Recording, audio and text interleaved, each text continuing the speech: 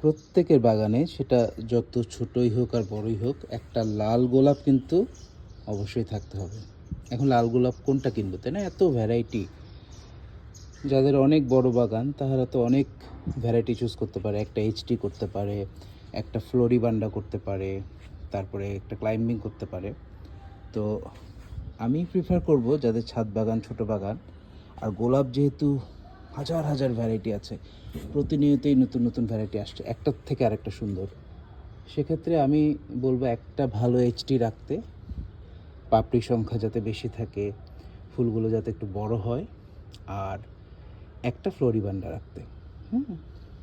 আর climbing যদি করতে চান, ক্লাইম্বিং নিয়ে আমি আরেকটা ভিডিও করব। তবে আমাদের সাবকন্টিনেন্টে বেস্ট ক্লাইম্বার আমার কাছে মনে হয়েছে লালের মধ্যে ক্রিমসন গ্লোরি, এটা পুষ্পাঞ্জলি প্রণভূরি পাবেন।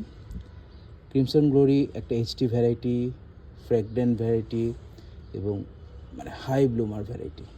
আর আমার এই গোলাপটা হচ্ছে রেড ইনটিউশন, খুব ভালো পারফর্ম করছে, প্রচুর ব্লুমিং হচ্ছে, একদম কাটা নেই, আর ঘ্রাণ নেই আসলে, আর প্রচুর গ্রোথ হচ্ছে, ডিজিজ রেজিস্ট্যান্ট। আর ফুলটা দেখতেই পাচ্ছেন কত সুন্দর, মোটামুটি বড়ই আছে, পাপড়ি সংখ্যা অ্যারাউন্ড 30, তাই না? সুন্দর আর উজ্জ্বল কালার।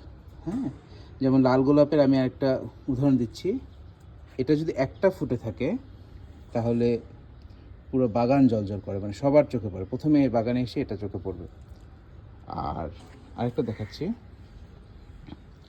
এখানে ব্ল্যাক বাকারা ফুটেছে, আমার সন্দেহ আছে এটা ব্ল্যাক বাকারা কিনা।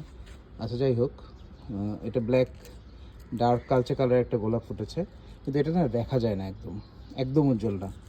বাগানে কেউ নোটিস খুব ভালো করে করলে তখন দেখতে পারবে। এই যে একটু ম্যাট কালার। তো আমি প্রিফার করব মানে রেড গোলাপের মধ্যে রেড ইনটিউশন নিতে পারেন, সুন্দর ভ্যারাইটি, পুষ্পাঞ্জলি প্রণভূরি আছে, আমাদের বাংলাদেশে ফয়সাল নার্সারিতে আছে। আর ক্লাইম্বিংয়ের মধ্যে ক্রিমসন গ্লোরি, আর আরও কিছু নিতে পারেন, যেমন সবাই জানেন টপ সিক্রেট, তারপরে রেড বাকারা, তারপর হচ্ছে বিগ রেড বলে একটা গোলাপ আছে অনেক বড়, নাওমি, রোডোস, এগুলো সবই আসলে, একটা হচ্ছে স্প্যানিশ ড্রেস, সবই সুন্দর আসলে। তো গোলাপ একটা রেড করতে গেলে একটা দুটা চেয়ে আর বেশি না রাখাই ভালো, অন্য ভ্যারাইটিগুলো রাখবেন।